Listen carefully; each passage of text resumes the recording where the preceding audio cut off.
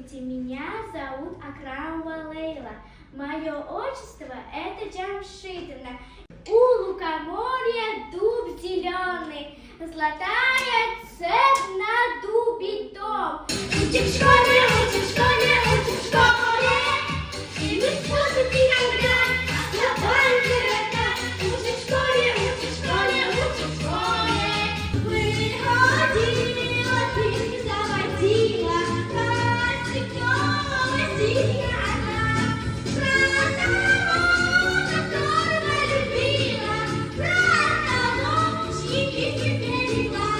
Bu mani nevaram Leylaxon bo'ladi. Biz Qarshi shahridan kelganmiz.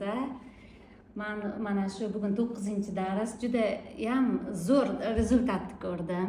O'zgarishlar juda zo'r, tillari ravon bo'libdi. O'zi ayrim undosh harflarga ozroq duduqlanardi-da. Ana o'shalar ham rosa yaxshi bo'lgan.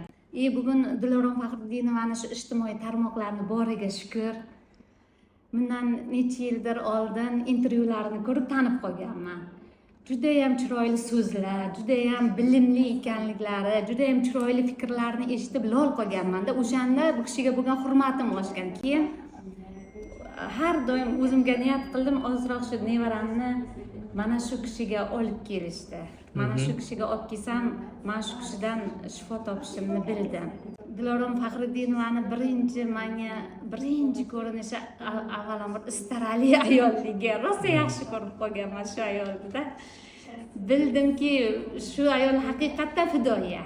Haqiqatdan ham jonini berib bolalarga dars o'tishlarini mana bugun guvohi bo'ldim. Mana shu viloyatdan charchab keldimda qanaqa o'tirar ekanman 3 soat, yana charchab, nevaramning darsiga kirib deb o'yladim, lekin maza qilib chiqdim. O'zimga ham bir nimalarni o'rganib chiqdim. O'zimga ham hayotga bo'lgan ana bu ishonch, nima deydi, motivatsiyani zo'r berdilar-da. Ajoyib, ayniqsa o'shani ovozlariga muxlisman.